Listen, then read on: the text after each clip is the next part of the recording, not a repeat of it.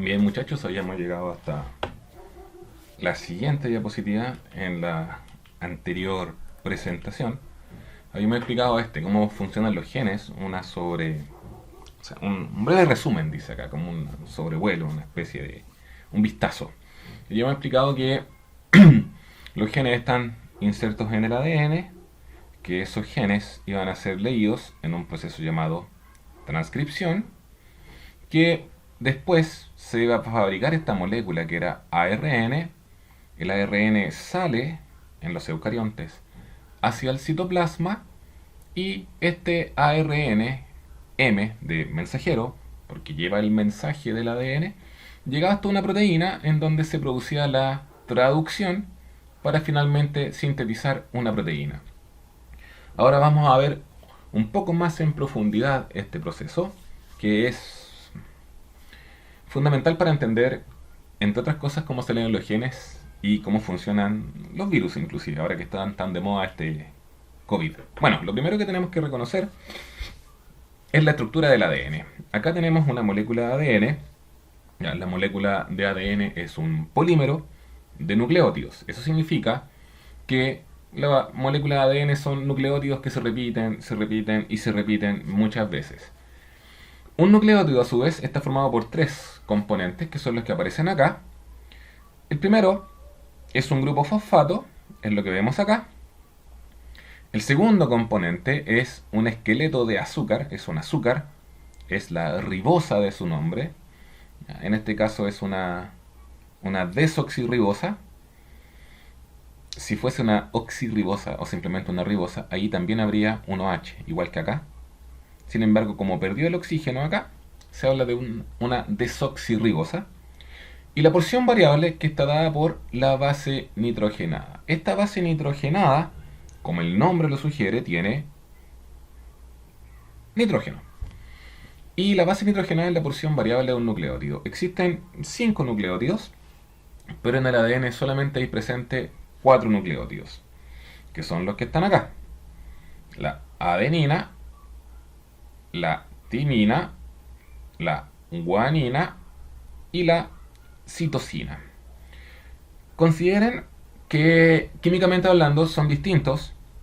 En este caso la adenina podemos ver que tiene un doble anillo. Acá hay un anillo y acá hay otro anillo.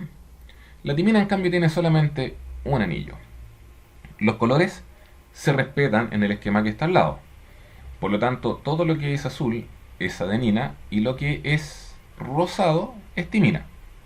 Y vemos acá que se establece una ley. Siempre frente a una adenina hay una timina. O bien frente a una timina hay una adenina. Si acá hay adenina, acá hay timina. Eso se llama ley de Chargaff. Se cumple siempre. Si nosotros amplificamos esta ley, podemos decir que siempre frente a una base grande de doble anillo hay una base pequeña. Ocurre lo mismo con el otro par, que es la guanina y la citosina. Frente a una guanina hay siempre una citosina. Verde con, o sea, amarillo, naranja. Verde con amarillo, más parece amarillo. Verde con amarillo, verde con amarillo, etcétera, etcétera. Que es precisamente lo que nos dice acá. En el ADN, la adenina siempre se aparea con la timina y la guanina siempre se aparea con la citosina. Eso se conoce, insisto, como ley de Chargaff. Lo otro que pueden notar acá es que entre la adenina y la timina se establecen estos enlaces, que se llaman puentes hidrógeno. Entre la adenina y la timina se establecen 2 puentes hidrógeno, y entre la citosina y la guanina se establecen 3 puentes hidrógeno. Y en parte también lo representa acá. Adenina, timina, 2 puentes, citosina, guanina, 3 puentes. 2 puentes acá, 3 puentes acá. Eso es lo básico. Hay que considerar que los enlaces que van en esta zona, dentro del esqueleto de azúcar y fosfatos, son enlaces covalentes. Recordando, los enlaces covalentes son fuertes. Las moléculas orgánicas normalmente están formadas por enlaces covalentes. El enlace puente hidrógeno es más débil y de hecho es sensible a la temperatura. Por eso se puede analizar el pelo con una plancha, porque la temperatura rompe los enlaces puente hidrógeno. Entonces los enlaces que tenían el cabello torsionado, con el calor se rompen y por lo tanto se permite mantener el liso. Es importante esto, porque el ADN pueden pensar que es como un libro que está cerrado. Si tú tienes un libro cerrado, aprovecho, este es un libro precioso si alguien lo quiere leer, un libro maravilloso.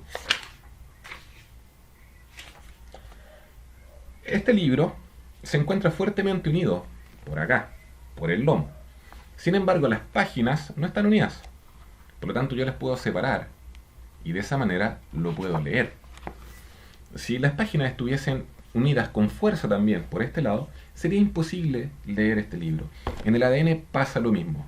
Podemos hacer la analogía que el lomo del libro corresponde al esqueleto de azúcares y fosfatos que mantienen a esta molécula unida, pero hacia el medio se encuentran las páginas que sí se pueden leer porque están unidas por un enlace simple.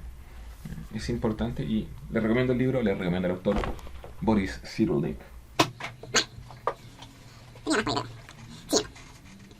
Ahora, ¿cómo se organiza el ADN? Esto recordatorio un poco sencillo. Va a ser más importante para los que están en el electivo.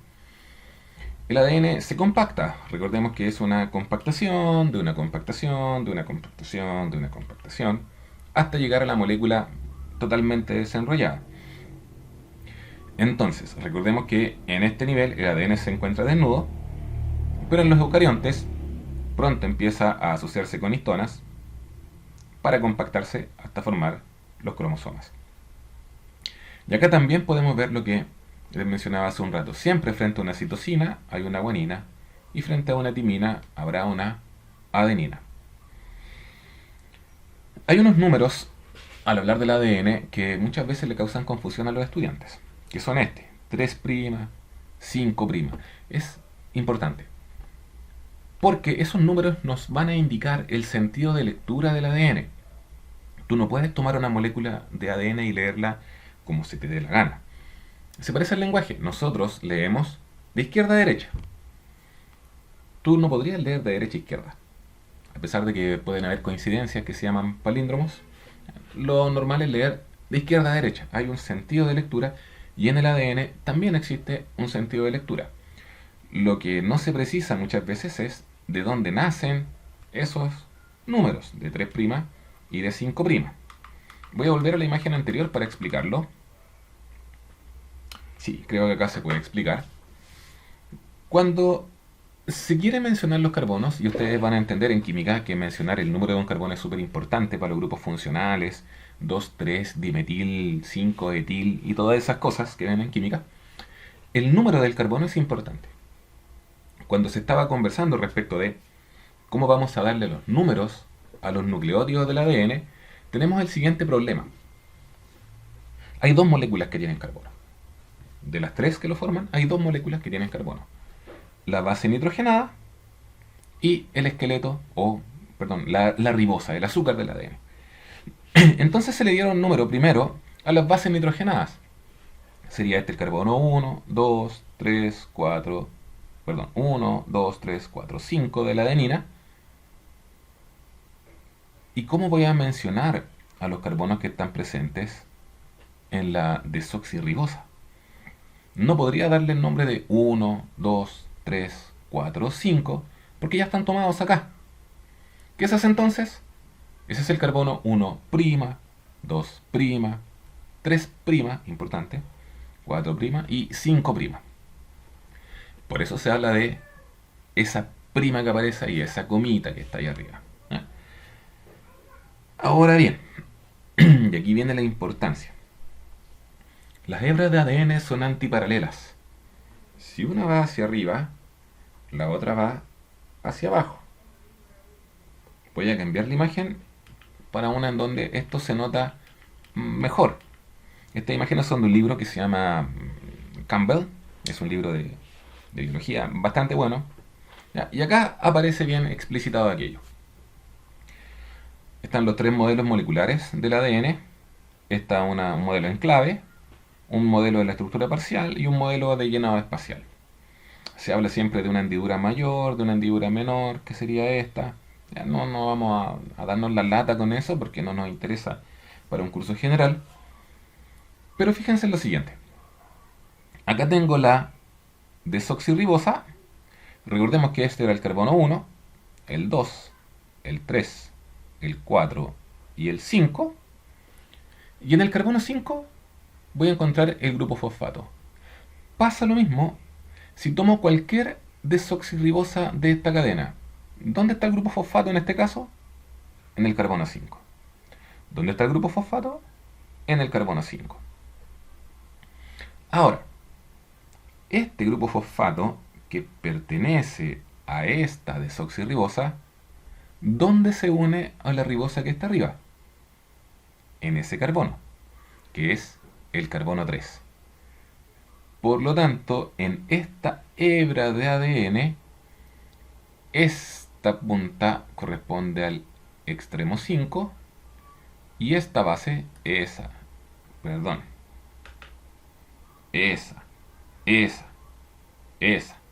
y esa corresponden al extremo 3. ¿Ok? Fíjense ahora hacia dónde apunta esta ribosa. Es un pentágono que apunta hacia arriba. La que está al frente apunta hacia abajo. En ese sentido, se dice que son antiparalelas. Una apunta hacia allá y otra apunta hacia abajo. Acá está el extremo 5 y en la hebra del frente está acá abajo.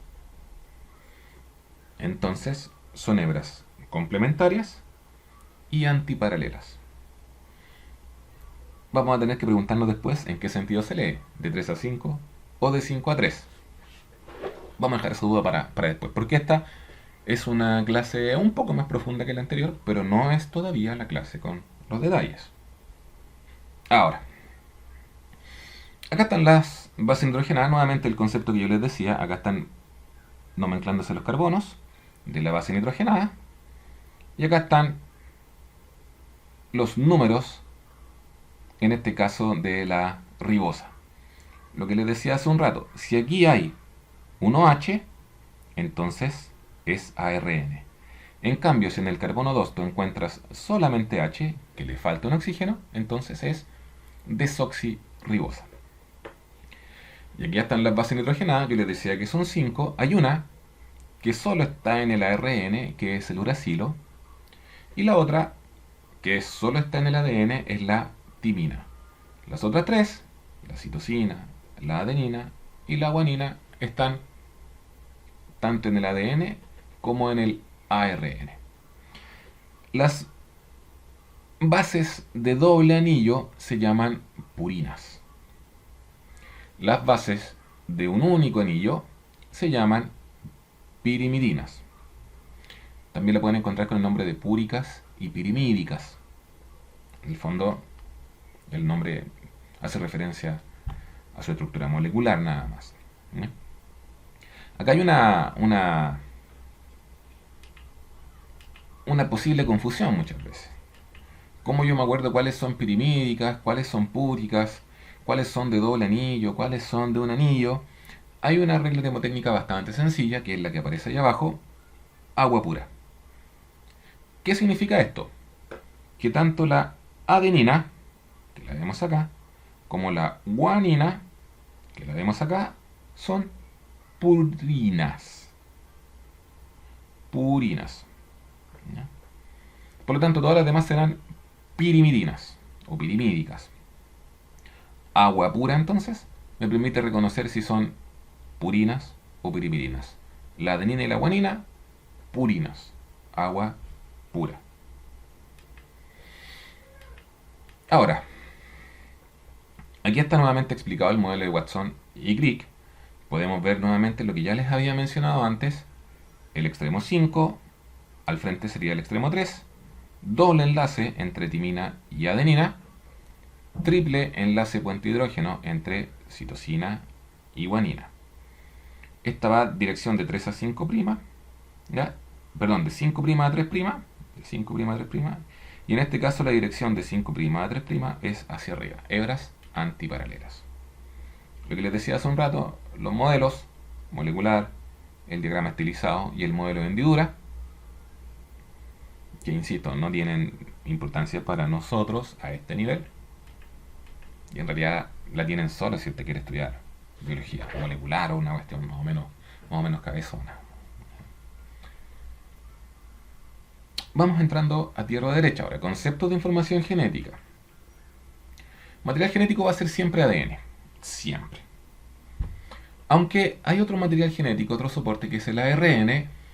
El ARN es un tipo de material genético un tanto distinto si es que estamos hablando de organismos. Por ejemplo, el coronavirus, ya, que no es el coronavirus, son 7 tipos distintos de coronavirus. Hasta el día de hoy se reconocen 7.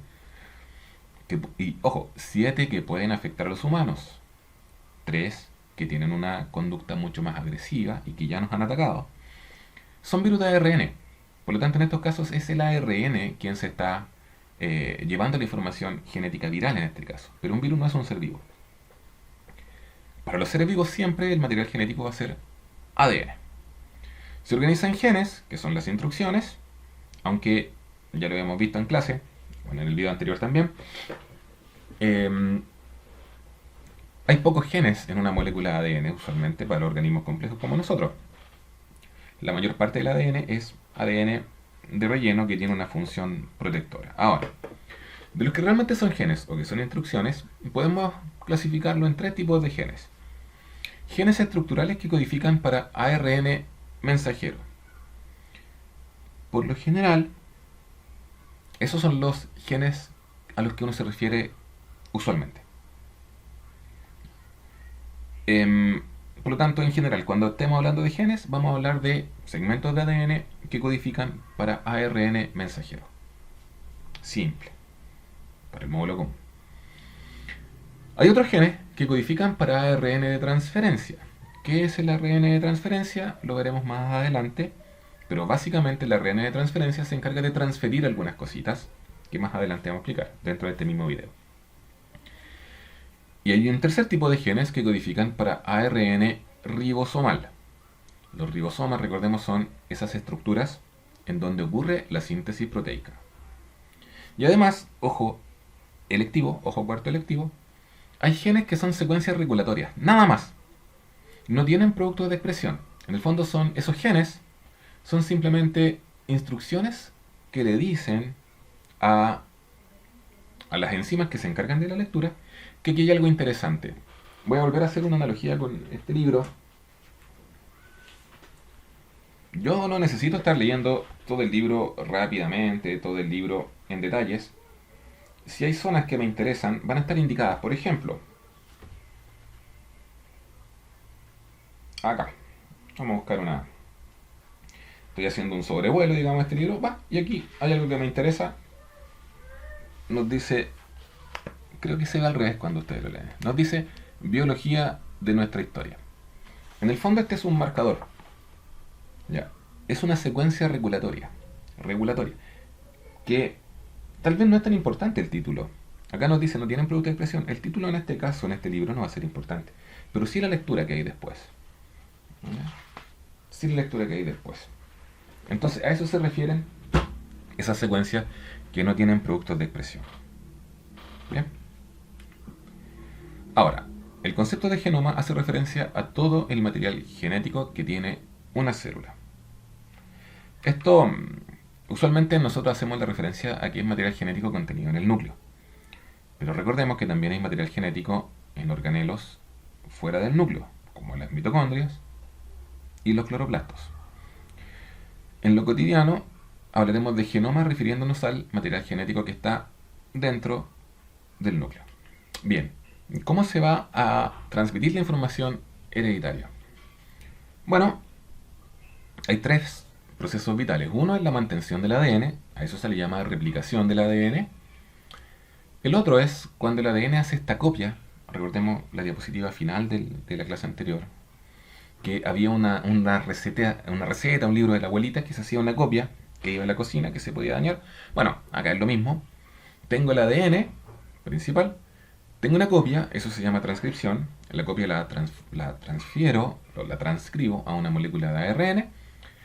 Y el tercer proceso se llama traducción, que es cuando esa copia se transforma en algo tangible, se transforma en un producto de expresión, que usualmente es una proteína. En el fondo, cuando esa copia de la receta de la abuelita servía para fabricar galletas. Ahora, todo eso recibe un nombre y se llama dogma central de la biología molecular, que es lo que está aquí. Tengo el ADN, ese ADN va a transcribir a una molécula de ARN mensajero, y aquí ya vemos una diferencia: el ARN es una única hebra, el ADN es una doble hebra. El ADN se puede replicar, que es copiarse a sí mismo. Bueno, el ADN entonces transcribe, se transforma en ARN, y el ARN se traduce en una proteína. Ese es el flujo de información hereditaria. Ahora, ¿cómo ocurre esto en detalle? Lo vamos a ver enseguida.